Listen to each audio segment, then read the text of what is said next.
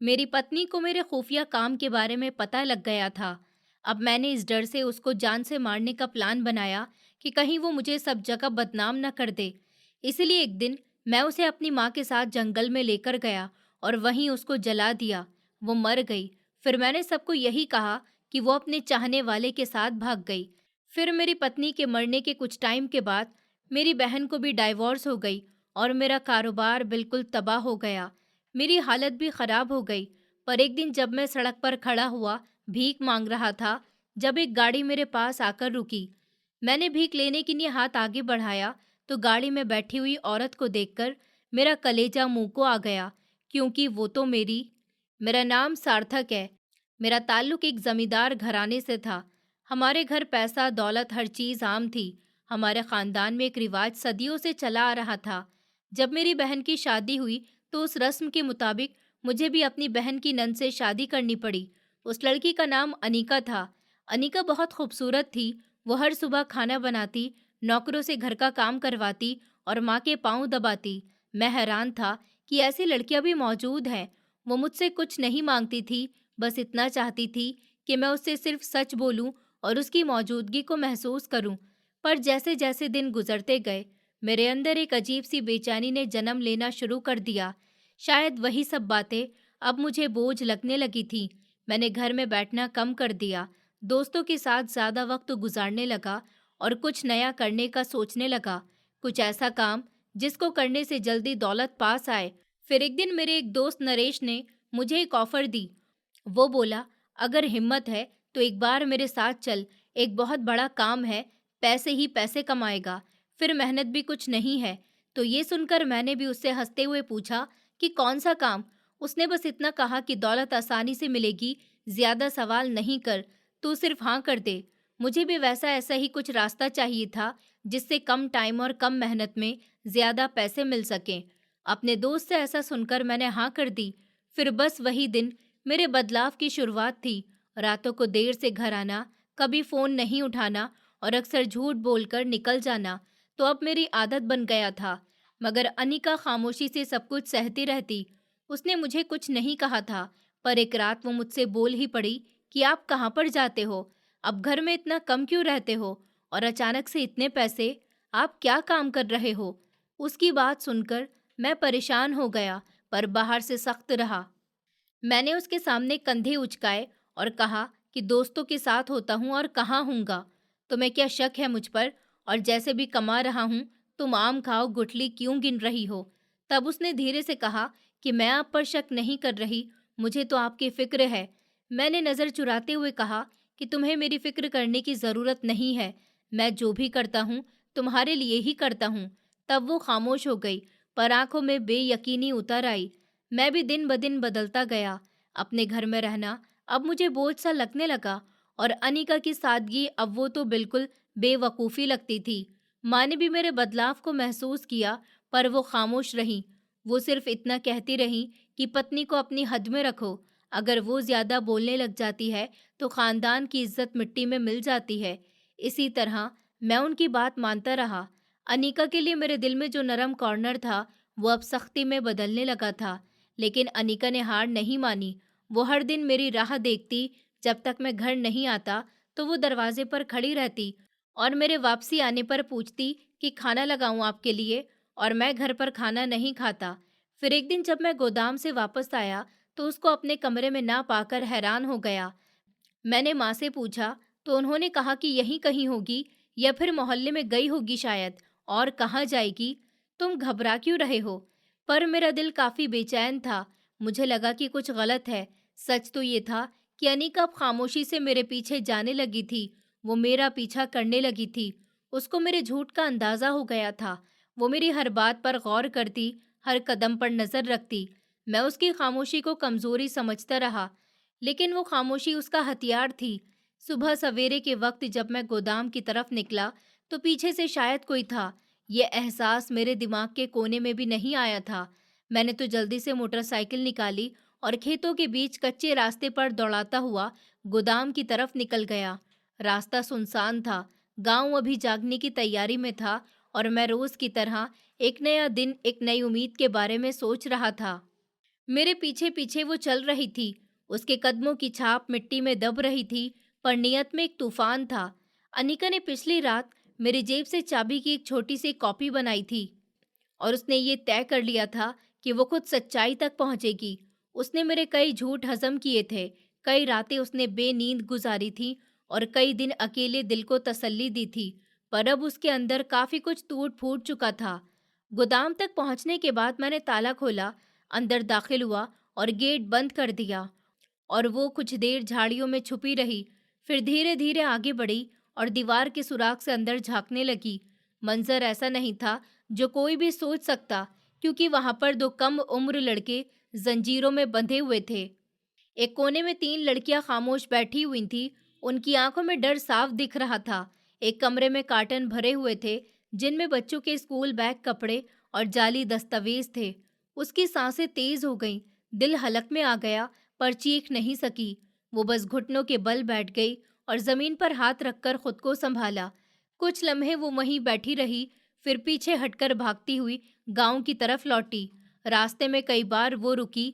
उसने अपने पीछे भी देखा कि जैसे डर हो कि कोई उसका पीछा कर रहा हो। फिर घर वापस पहुंचकर वो फौरन से कमरे में चली गई, दरवाजा बंद कर लिया और फर्श पर बैठ गई। कुछ देर के बाद जब मैं आया तो रोज की तरह उसने मुझे नमस्ते किया, पर उसकी आंखों में अब कुछ अलग था। मैंने पूछा कि क्या हुआ है, तबीयत तो ठीक है तुम्हारी? पर वो चुप रही। फिर शाम को उसने पहली बार मेरे सामने बैठकर आंखों में आंखें डालकर कहा कि मुझे तुमसे कुछ कहना है सार्थक। और तब मैं हैरान रह गया और उसकी आवाज में अजीब सा ठहराव था, जैसे अंदर का तूफान सुकून से होने से पहले तबाही मचाने को तैयार हो। मैंने पूछा कि क्या बात है, ऐसे क्यों देख रही हो? वो बोली कि आज तुम जिस गोदाम गए थे, मैं भी वहीं पर गई थी, तुम्हारे पीछे पीछे। उसकी बात सुनकर मेरे दिल की धड़कनें रुक गईं। मैंने फौरन से कहा, क्या मतलब है? तुम वहां पर क्या कर रही थी और मेरा पीछा क्यों किया? तुम्हारी इतनी हिम्मत हो गई? तब वो धीरे से बोली कि मैं ये देखने गई थी कि तुम मुझसे क्या छुपा रहे हो, और जो भी मैंने वहां देखा है वो बिल्कुल नाकाबिले यकीन था। तुम बच्चों के साथ क्या क्या कर रहे हो, वो सब मैंने देख लिया है। मैं कुछ लम्हे भर के लिए हैरान हो गया, फिर आवाज सख्त करके कहा कि तुम्हें अंदाजा भी है कि तुम क्या कह रही हो अनीका? वो बोली कि हाँ, पूरा अंदाजा है मुझे, और अब मैं इस बारे में सबको सच सच बता दूंगी। उसकी इस एक बात ने मेरे अंदर कपकपाहट ला दी। तब मुझे फौरन से माँ का ख्याल आया। मैंने सोचा कि अगर अनिका ने जुबान खोली तो न सिर्फ मेरा काम बल्कि हमारा नाम भी मिट्टी में मिल जाएगा। मैंने उसको जबरदस्ती से कमरे से घसीटा और माँ के पास लेकर गया। तब माँ ने गुस्से से पूछा कि क्या हुआ है, ये चीख क्यों रही है? फिर मैंने उनको जल्दी से सब बताया कि अनिका ने मेरा पीछा कर लिया था और माँ ये सब कुछ जान गई है। गोदाम में जो कुछ भी है, ये इसने सब कुछ देख लिया। मेरी बात सुनकर माँ का चेहरा सख्त हो गया। क्या? कैसे? मैंने कहा कि ये चोरी छुपकर मेरे पीछे गई थी, अब धमकी दे रही है कि ये सब कुछ सच बताएगी। माँ ने कुछ देर सोचा, फिर कहा कि अगर इसने जुबान खोली तो हमारा नाम खराब हो जाएगा। तुम्हारी बहन भी वहां पर शादी करके गई हुई है, तुम सोचो उस पर क्या गुजरेगी। मैंने पूछा, तो क्या करें फिर? माँ ने धीरे से कहा कि खामोश कर दो इसको, अब इसका जिंदा रहना ठीक नहीं है। मैं ये सुनकर कांप गया। माँ, ये हमारी इज्जत है, मेरी पत्नी है। माँ बोली कि इज्जत तो वही बची रहती है जो जिंदा न रहे। ये बात सुनकर मैं दीवार की तरफ देखता रहा, जैसे कोई और हल सोचने की कोशिश कर रहा हूँ, पर माँ के चेहरे पर किसी भी नरमी का निशान नहीं था। वो बोली कि कल सुबह इसका काम खत्म कर दो, वरना खुद तबाह हो जाओगे। उस रात भर मैं सो नहीं सका। हर आवाज, हर साया मेरे दिल को चीरता रहा। मुझे पता था कि कल का दिन कुछ बदलने वाला है। मैं खुद को मनाने लगा कि जो होने वाला है वो बस मजबूरी है। सच्चाई से बचने के लिए खामोशी ही हमारी आखिरी सीढ़ी है। और वो खामोशी मौत से पहले का सन्नाटा बनने जा रही थी। अगली सुबह कुछ ऐसे ही जागी जैसे खंजर की नोक पर हो। माँ नाश्ते की मेज पर खामोश बैठी हुई थी। आंखों में एक ऐसा सुकून था जैसे फैसला कर चुकी हूँ कि अब फैसले से कोई भी वापसी नहीं। मैंने चाय का कप हाथ में लिया, पर मेरे हाथ कांप रहे थे। माँ ने बस एक बात कही कि आज रात तुम इसको गाड़ी में बैठा लो, बाकी का इंतजाम मैं खुद करती हूँ। और मैंने धीरे से सर हिला दिया, जैसे लकड़ी की तरह सख्त हो रहा था। दिन के वक्त मैंने अनीका से बातचीत की जैसे कुछ हुआ ही नहीं हो। वो भी अब ज्यादा कुछ नहीं बोलती थी, सिर्फ नजरों से सवाल करती जिनके जवाब मेरे पास नहीं थे। शाम के करीब मैंने एक पुराना सा बड़ा बैग निकाला जिसमें एक पेट्रोल की बोतल, कुछ कपड़े और मिट्टी के तेल की छोटी बोतल रखी हुई थी।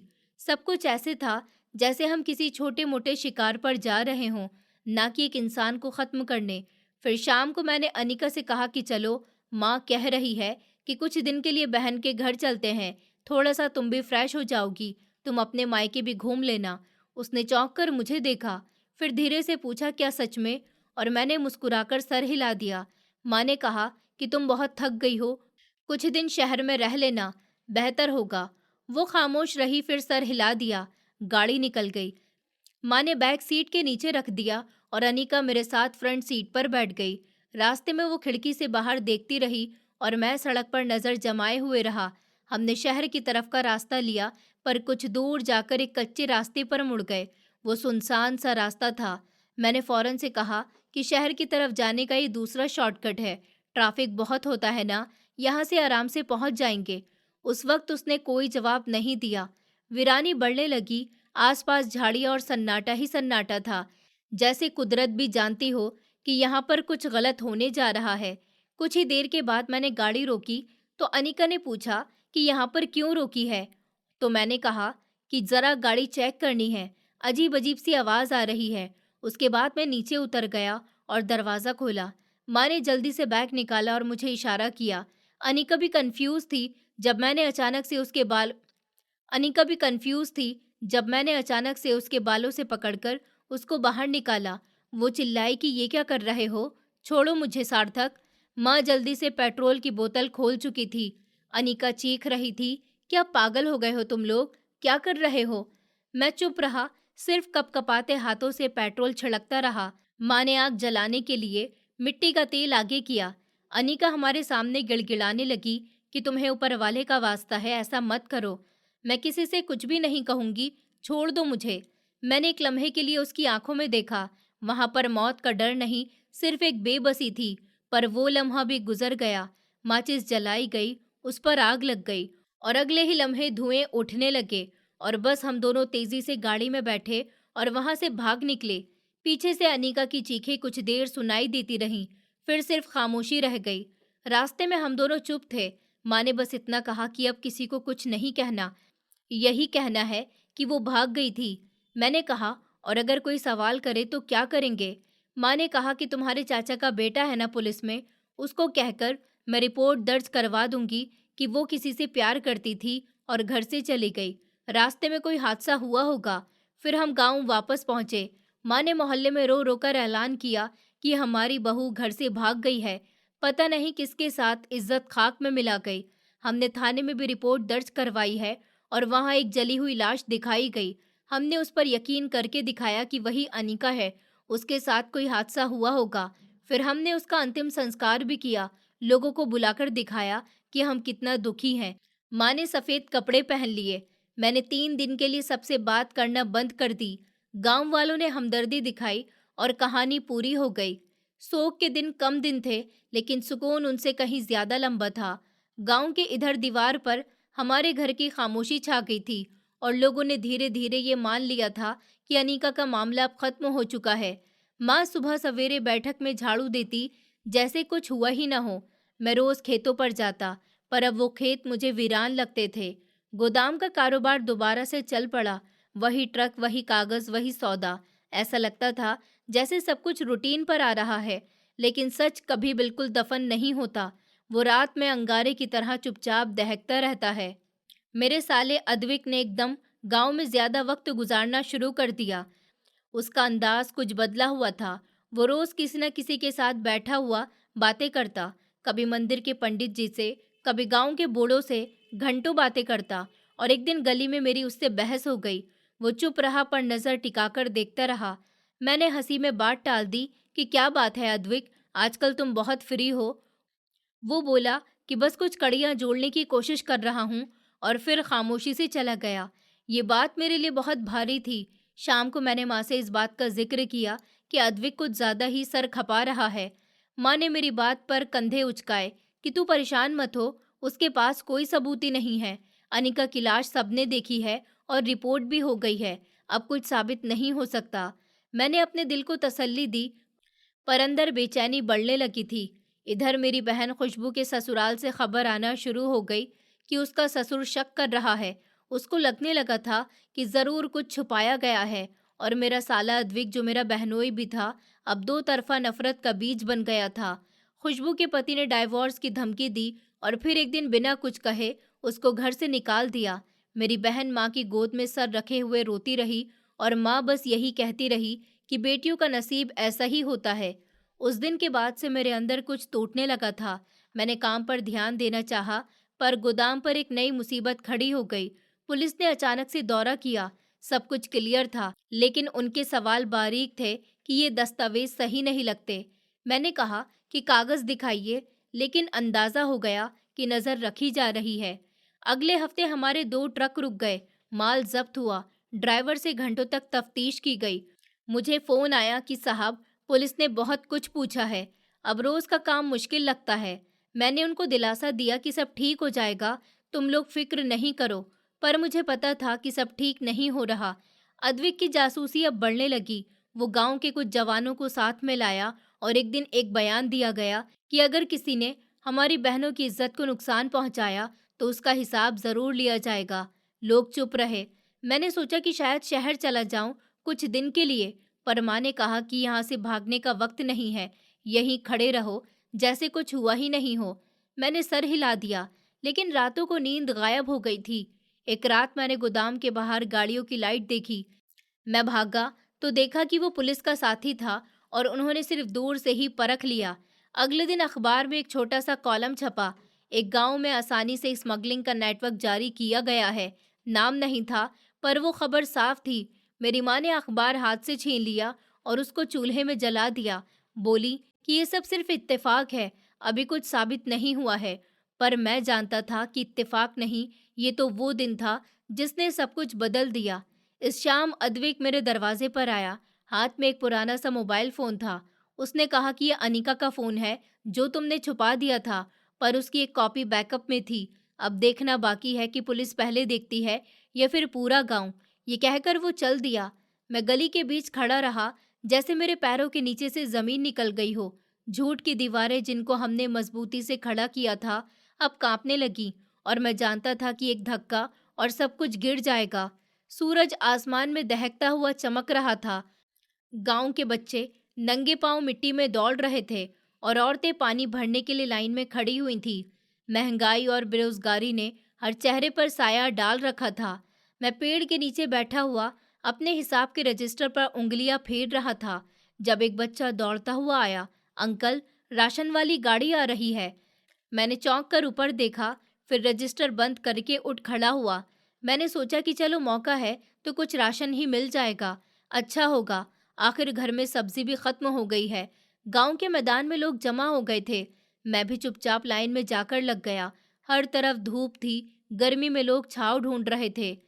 मेरे सामने 2 आदमी आपस में खुसुर-पुसुर कर रहे थे कि सुना है इस बार बहुत अच्छा राशन है, एनजीओ दे रहा है, वो शहर से आया है। मैंने कान लगाकर सुना, पर ज्यादा दिलचस्पी नहीं आई। अब राशन मेरी जरूरत बन गया था, जज्बात नहीं।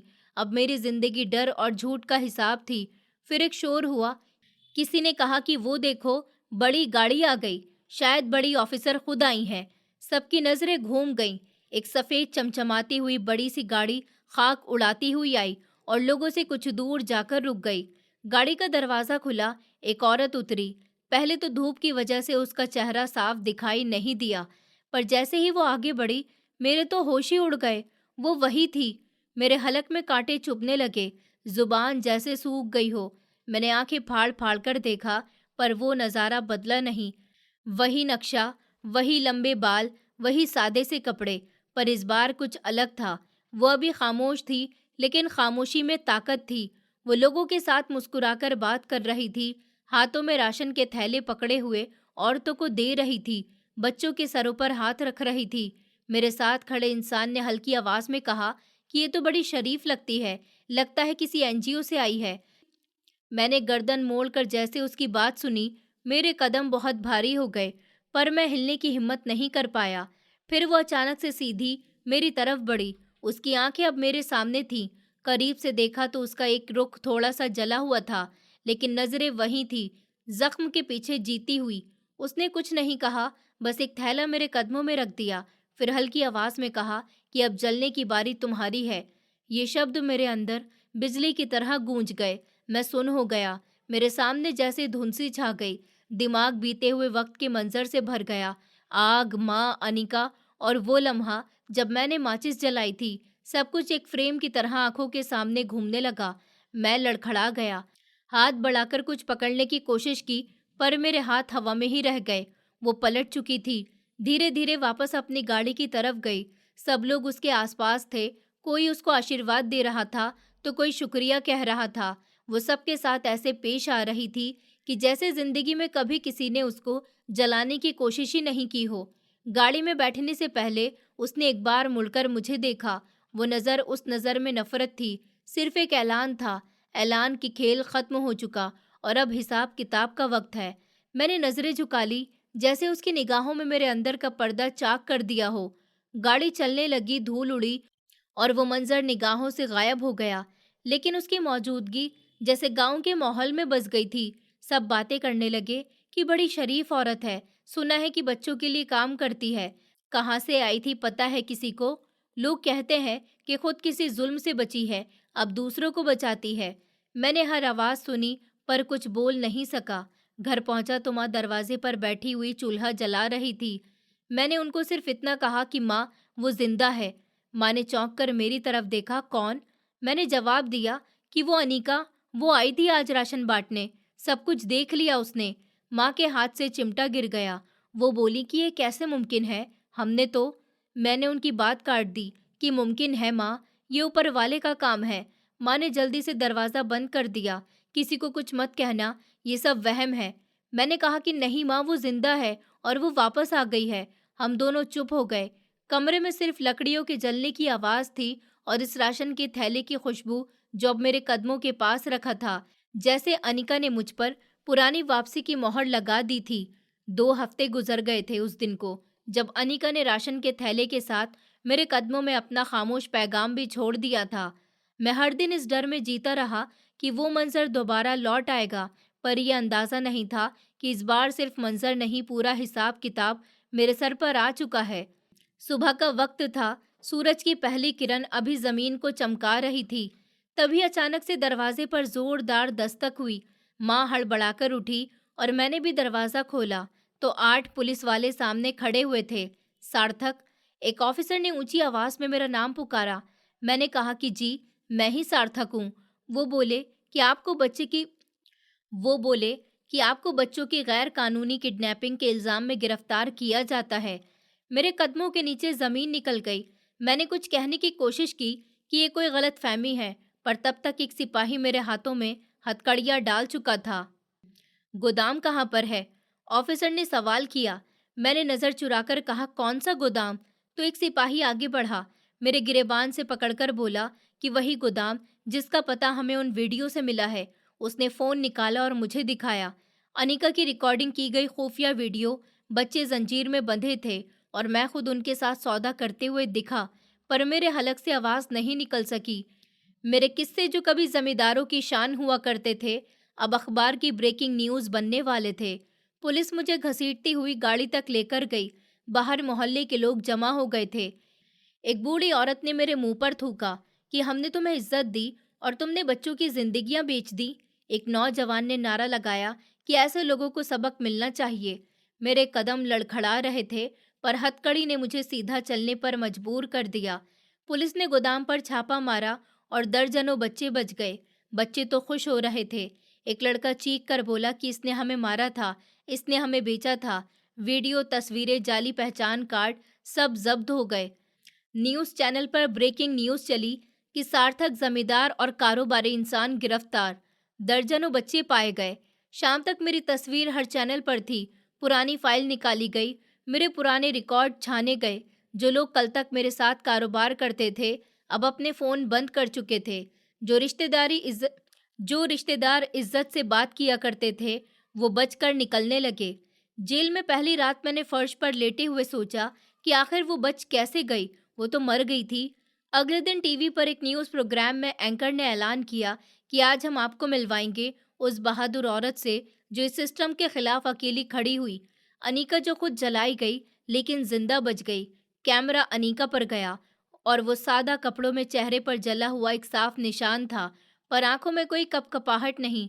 मैं मरना नहीं चाहती थी, अनीका बोली, पर ऊपर वाले ने मुझे बचा लिया था ताकि मैं उन जैसे लोगों का पर्दाफाश कर सकूं। और एंकर ने पूछा कि आपने इतने बड़े नेटवर्क का कैसे पर्दाफाश किया? अनीका ने कहा कि मैं हॉस्पिटल में थी, मेरा महीनों इलाज हुआ।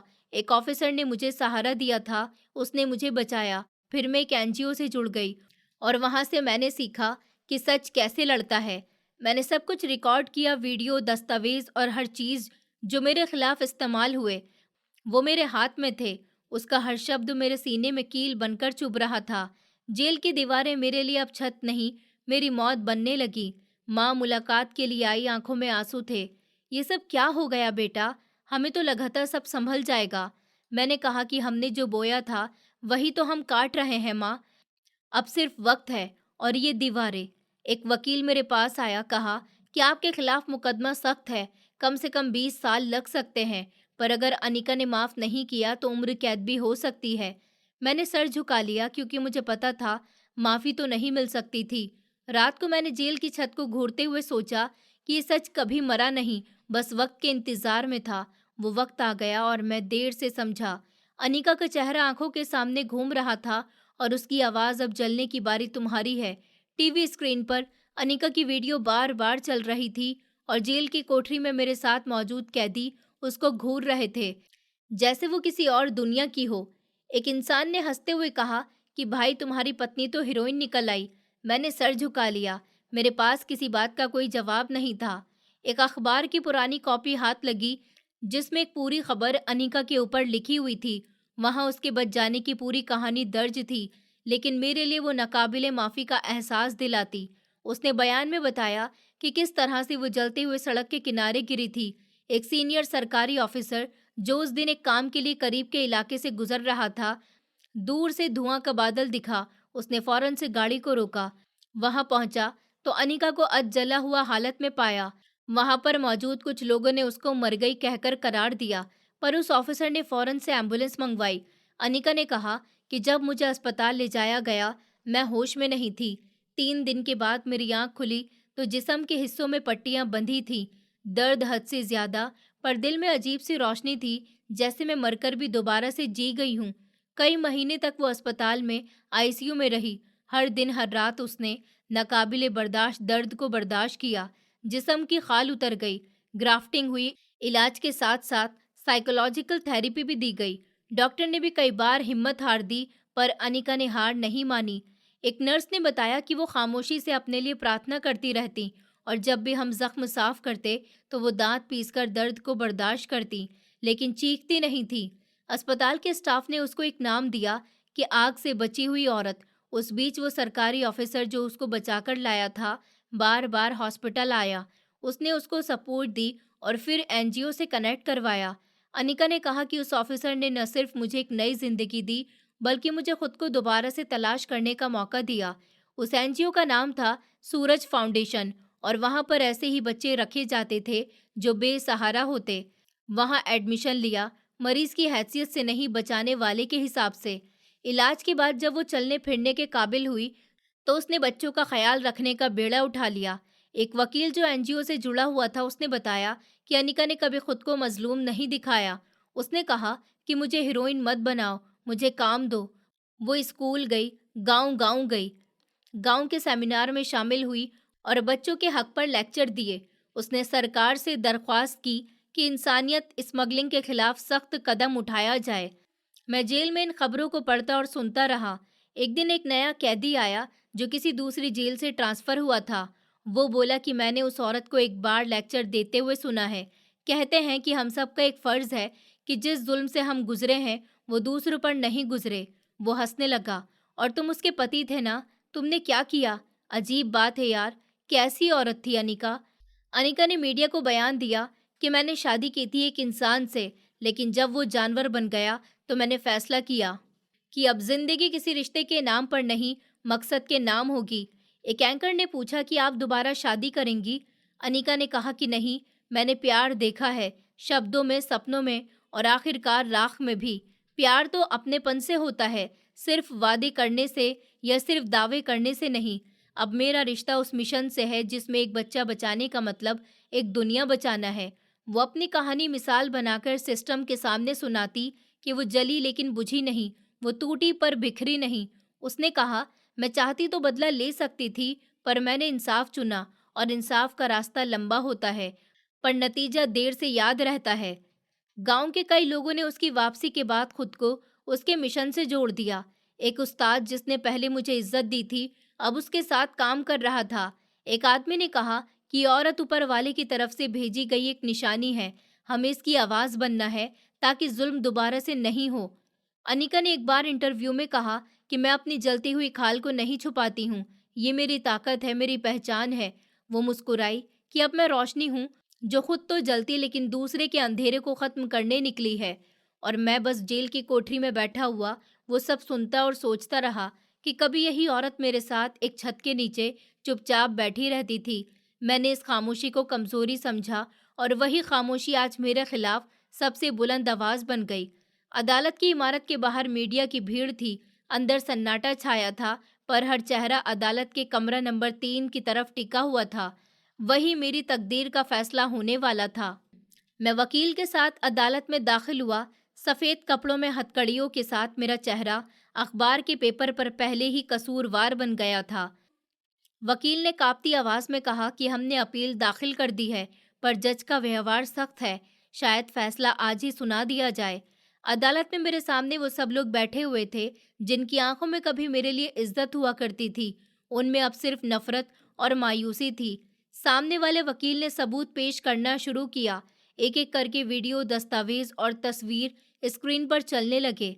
अदालत के हर इंसान ने मेरे गोदाम में जंजीरों से बंधे बच्चों को देखा, जाली पहचान कार्ड की फोटोकॉपी और वो वीडियो जिनमें मैं खुद सौदा करते हुए नजर आ रहा था।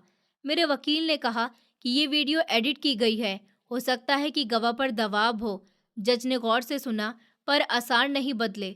अदालत में एक नौकर को पेश किया गया जिसने बयान दिया कि मैंने खुद बच्चों को वहां पर काम करते हुए देखा। मेरे एतराज पर मुझे धमकाया गया और नौकरी से निकाल दिया गया। बच्चों में से जिसकी उम्र सिर्फ 11 साल थी, उसको गवाही के लिए लाया गया। उसने अदालत में कहा कि हमें बिस्किट देने का झांसा दिया गया था, फिर हमें कैद कर लिया गया। हर रोज काम करवाया जाता और अगर कोई चीखता तो मारा जाता। उसकी आवाज़ कपकपा रही थी, पर शब्द सच्चाई से भरे हुए थे। उसके बाद एक लड़की आई जो एनजीओ के पास थी, कटघरे में खड़ी हुई। वो बोली कि मुझे लगा था मैं कभी बाहर नहीं आऊंगी, वो हमें इंसान नहीं समझते थे। अदालत में सन्नाटा छा गया। फिर वक्त आया अनिका की गवाही का। वो धीरे से कदमों से चलती हुई अदालत में दाखिल हुई। उसके हाथ में फाइल थी और चेहरे पर वही सुकून, कॉन्फिडेंस जिसको मैं अब पहचानने लगा था। अदालत में मौजूद हर इंसान ने जैसे सांस रोक लिया हो। वो जली हुई पर चेहरे पर कॉन्फिडेंस के साथ गवाही देने खड़ी हुई थी। मेरा नाम अनिका है, उसने शुरुआत की, और मैं उस इंसान की पत्नी थी जिस पर आज मुकदमा चल रहा है। मैं उसकी घर की इज्जत थी, पर एक दिन मैं उसके सबसे बड़े राज की गवाह बन गई। उसकी आवाज़ बुलंद नहीं थी, लेकिन हर शब्द साफ सुनाई दे रहा था कि मुझे मारा गया, जलाया गया। मैं मर जाती, पर ऊपर वाले ने मुझे बचाया। मैं बची ताकि दूसरे बच्चों को बचा सकूं। जज ने सवाल किया कि क्या आपके पास कोई सबूत या कोई गवाही मौजूद है जो मदद कर सके। अनिका ने फाइल खोली कि ये मेरे जिस्म की मेडिकल रिपोर्ट है, ये मेरा पुलिस बयान और ये हॉस्पिटल के वो कागज़ हैं जिनमें लिखा हुआ है कि मैं झुलसने के बावजूद जिंदा रही। उसने सब कुछ एक एक करके अदालत में पेश कर दिया। मेरे वकील ने एतराज़ किया कि ये पति पत्नी की दुश्मनी हो सकती है। जिन्हें सवाल किया गया कि आपके पास कोई और ऐसा सबूत है जो इन बयान को गलत साबित करे। वकील ने नजरें झुका ली। मैंने आंखें बंद कर ली। जज ने फैसला सुनाने के लिए 20 मिनट का टाइम लिया। जब वो लौटे तो अदालत एक बार फिर से खामोश हो गई। सार्थक को सब गवाहों और सबूतों को देखते हुए अदालत इस नतीजे पर पहुंची है कि बच्चों की गैर कानूनी स्मगलिंग लोगों के कत्ल के जुर्म में शामिल पाए गए हैं।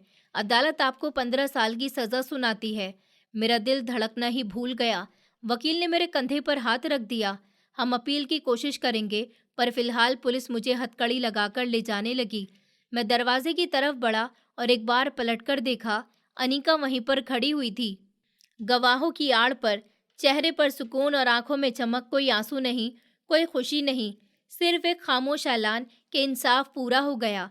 मैं जानता था उसने मुझे कभी माफ नहीं किया, उसने बदला नहीं लिया, उसने मुझे मेरे ज़मीर के हिस्से में छोड़ दिया। यही मेरी सख्त सज़ा थी। हर दिन जीते जी उसके सामने हार मानना जेल की सलाखों में सबके लिए एक जैसी होती है, लेकिन मेरे लिए हर सुबह एक नई मुश्किल लेकर आई। शुरू में मैंने कोशिश की कि किसी तरह वक्त गुजारूं, कैदियों से दोस्ती की, लेकिन जल्द ही अंदाजा हो गया कि ये जगह सिर्फ जिस्म को कैद नहीं करती, आत्मा को भी जकड़ लेती है। मैंने कमरे के कोने में बैठना शुरू कर दिया, छोटा सा कागज और पेन मांग कर लाया, फिर लिखना शुरू कर दिया। पहले दिन मैंने लिखा कि मैं सार्थक हूँ और मैं कातिल नहीं, सिर्फ मजबूर था। पर अगले ही लम्हे कागज फाड़ दिया, क्योंकि जमीर ने कहा कि झूठ फिर से मत लिखो। मैं रोज कुछ न कुछ लिखने की कोशिश करता, पर कभी बच्चों के लिए, कभी माँ के लिए और कभी उसके लिए जो जलकर भी मुझसे बेहतर इंसान बन गई थी। पर हर लाइन के बाद पेन रुक जाता, जैसे शब्द मेरी उंगलियों से निकलना ही नहीं चाहते थे। एक दिन जेल के एक सिपाही ने पूछा, क्या लिख रहे हो सार्थक भाई? मैंने हंसकर कहा कि पछतावे की दीवार पर अपना नाम लिख रहा हूँ। कुछ हफ्ते के बाद खबर आई कि मेरी माँ भी चल बसी। उस लम्हे ऐसा लगा जैसे दिल पर किसी ने हथौड़ा मारा हो। जेलर ने सिर्फ इतना कहा कि अंतिम संस्कार में जाना चाहो तो दरख्वास्त लिख दो, पर मंजूरी मुश्किल है। मैंने दरख्वास्त लिखी, पर अगले दिन इनकार हो गया। मैं कोठरी में लेटा हुआ रहा, छत को घूरता रहा और दिल में सिर्फ एक ही सवाल चुभता रहा। अगर माँ को पता होता कि बेटे के हाथ ऐसे जुर्म से रंगे होंगे, तो क्या वो मुझे जन्म देती? मेरी बहन की भी खबर आई तो वो तो माँ के साथ ही रहती थी। दोबारा शादी के लिए कोई रिश्ता नहीं था। आद्विक ने मेरे मुकदमे के बाद उसको अकेला छोड़ दिया था। मेरी वजह से उसकी जिंदगी भी एक बंद गली बन गई थी। वो किसी को जवाब नहीं देती, सिर्फ मंदिर में बैठी रहती थी और बस यही प्रार्थना करती कि ऊपर वाले मेरे भाई को सही राह पर चला दे या सजा पूरी होने दे, पर उसको सच का चेहरा दिखा दे। जेल के अंदर वक्त जैसे सांप की तरह रेंग रहा हो। हर दिन की गिनती दीवार पर एक खराश की तरह लगती। मैं एक दिन कोठरी के एक कोने में लकड़ी की छोटी सी तख्ती बनाई और उस पर अपने हाथ से माफी लिखी। उस तख्ती को मैं हर सुबह देखता, जैसे खुद को याद दिलाता हूँ कि मैं कितना बड़ा मुजरिम हूँ। कोई दरवाजा अभी भी खुला है, शायद ऊपर वाले का दरवाजा। एक दिन जेल के अंदर एनजीओ वाले आए, कैदियों को लेक्चर देने। उनमें एक नौजवान लड़की भी थी जो बच्चों की सुरक्षा पर बात कर रही थी। उसने कहा कि हमारी एक रखवाली है जो खुद जुल्म से गुजर चुकी है, पर अब दूसरों के लिए रोशनी बन चुकी है। मेरा दिल धड़क गया और मैंने सिपाही से पूछा कि ये किसकी बात कर रही है। उसने जवाब दिया कि अनीका फाउंडेशन की बात हो रही है। पता होना चाहिए तुम्हें, वो तो तुम्हारी। उसकी बात पूरी नहीं हो सकी, पर मेरे दिल में तूफान उठ गया था। वो अभी भी काम कर रही थी, अभी भी बच्चों के लिए लड़ रही थी। मैंने अगले दिन उसे एनजीओ को एक खत लिखा। शब्द मुश्किल से निकले। मैंने हिम्मत करके लिखा कि मैं सार्थक, कैदी नंबर 424, मुजरिम, एक सच को मानने आया हूँ। अगर अनीका ये खत पढ़ रही हो तो बस इतना जान लो कि अब मैं तुम्हारा दुश्मन नहीं, तुम्हारे मिशन का एक खामोश हिस्सा हूँ। मैं प्रार्थना करता हूँ कि तुम्हें वो जगह मिले जो मैं तुमसे छीनना चाहता था। ये खत भेजा तो पर कोई जवाब नहीं आया, शायद आना भी नहीं चाहिए था। अब मेरी जिंदगी का हर दिन सजा है, हर रात तौबा और हर लम्हा एक एहसास कि अगर वक्त को रोका जा सकता तो मैं वो लम्हा रोक लेता जहां अनीका ने कहा था कि बस अब मैं सच बताऊंगी। वक्त की रेत हाथों से निकल चुकी थी और अब मेरे हाथों में सिर्फ खाली मुट्ठी थी। वो मुट्ठी जो कभी अनीका का हाथ पकड़ सकती थी, अब सलाखों में सिमट कर रह गई थी। उस दिन जेल का माहौल रोज के हिसाब से कुछ अलग था। कैदियों की लाइन लगी हुई थी, सिपाहियों की चहल पहल बढ़ गई थी। जेलर ने ऐलान किया कि आज एक फाउंडेशन से कुछ लेक्चरार आएंगे जो कैदियों की बहाली में मदद देगा। सबको शामिल होना जरूरी है। मैंने सर झुकाकर बैठे बैठे सुना कि कोई नया चेहरा, कोई नई आवाज मेरे लिए। सब बस शोर था। दोपहर को हथकड़ी खोली गई, सबको हॉल में ले जाया गया। वहां एनजीओ की टीम पहले से ही मौजूद थी। वो जवान लड़कियां, कुछ मर्द और उनके साथ कुछ बच्चे, वही बच्चे जो कभी मेरे जैसे लोगों के हाथों शिकार बनते थे और अब वो उनके लिए मिसाल की राह बन चुके थे।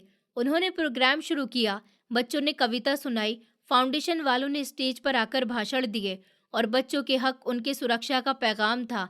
एक ने कहा कि हम एक ऐसी औरत के मिशन पर काम करते हैं जिसने अपना सब कुछ खोकर दूसरों के लिए सब कुछ जीता। वो आज यहाँ पर नहीं आ सकी, पर उन्होंने एक खास खत भेजा है, एक इंसान के नाम, जो शायद यहाँ पर मौजूद है। मैं चौंक गया। मेरे दिल में जैसे कुछ धड़कने लगा। उसने खत निकाला और धीरे से पढ़ना शुरू कर दिया। सार्थक, मैं जानती हूँ कि तुम जिंदा हो। शायद अब वही सांस तुम्हें बोझ लगती है। मैं ये खत तुम्हें सजा देने के लिए नहीं लिख रही, बल्कि ये बताने के लिए लिख रही हूँ कि मैं अब सजा से आगे निकल चुकी हूँ। तुम्हारी वजह से मैं जली, लेकिन तुम्हारी वजह से मैं जागी भी। मेरे जिस्म पर निशान है, पर मेरी आत्मा अब आज़ाद है। मैंने तुम्हें माफ़ नहीं किया, क्योंकि माफ़ी ऊपर वाले के हाथों में है, पर मैंने तुम्हें पीछे छोड़ दिया। मेरी आंखें झुक गईं। मैंने धीरे से हाथ बढ़ाया और वो खत मांगा। जेलर ने इशारा किया और खत मेरे हाथ में आ गया। कागज़ की महक में उसकी मौजूदगी महसूस हो रही थी, जैसे वो मेरे सामने खड़ी हुई हो। मैं अब उन बच्चों के साथ हूँ जिन्हें तुमने कैद किया, पर मैंने उनको आज़ाद किया। मैं चाहती हूँ कि तुम भी अब खुद को पहचानो। न पति बनो, न मुजरिम, बल्कि एक इंसान के तौर पर। अगर तुम बदलना चाहते हो तो तुम्हारा रास्ता वही होगा जो भलाई का, सच्चाई का और सही रास्ते का है। मेरी आंखें नम हो गई थी, लेकिन आंसू नहीं गिरे। शायद शर्मिंदगी के आंसू बहने की इजाज़त नहीं देते। उसके बाद उन लोगों ने कुछ तस्वीरें दिखाईं, जिनमें अनिका किसी स्कूल में बच्चों को पढ़ा रही थी। कहीं अदालत में गवाह खड़ी थी, कहीं किसी मिट्टी के घर में एक बूढ़ी औरत के साथ बैठी हुई मुस्कुरा रही थी। एक जवान लड़की जिसका नाम बबीता था, स्टेज पर आई और बोली कि मैं इन बच्चों में से एक हूँ जिनको अनिका दीदी ने बचाया। मेरे माँ बाप मर चुके हैं और मैं एक नेटवर्क के हाथ लगने वाली थी, पर उस दिन अनिका दीदी वहां पर पहुंच गईं।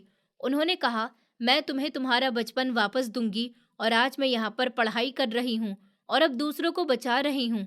उस दिन के बाद जेल में मेरा व्यवहार बदलने लगा। मैंने रोजाना उन लेक्चर्स में शामिल होना शुरू किया। एक दिन तो मैंने कहा, आप चाहें तो हम आपकी लिखी हुई इन लाइनों को अपने एनजीओ में बच्चों को सिखाने के लिए इस्तेमाल कर सकते हैं। आप इजाज़त दें। मैंने सर हिलाया। मैंने और लिखना शुरू किया। कहानी, कविता, बच्चों के लिए सबक भरी बातें। एक दिन मैंने अनिका के नाम पर दोबारा खत लिखा। अनिका, ये मेरा दूसरा खत है और शायद आखिरी भी। इस बार मैं तुमसे कुछ मांगने नहीं, कुछ देने आया हूँ। एक वादा कि मैं तुम्हारे मिशन का हिस्सा तो नहीं बन सकता, पर इसके खिलाफ कभी नहीं जाऊंगा। मैं यहाँ पर जेल में वो सब कुछ सीखने लगा हूँ जो मैं खुद नहीं सीख सका। सब्र और कुर्बानी। अगर मेरी कहानी किसी एक बच्चे को भी बचा सके तो समझो मैंने अपने जुल्म का कुछ हिस्सा चुका दिया। इस खत का जवाब कभी नहीं आया, पर अब मैं उसके इंतजार में भी नहीं था। मुझे पता था कि वो खुद किसी दीवार पर नहीं, किसी बच्चे के दिल में उतरेगी, और यही मेरी पहचान थी। मैं जेल में कैद था, पर एक किस्सा बन गया था। ऐसा किस्सा जिसको अब अनिका फाउंडेशन में जलती रोशनी कहा जाता है।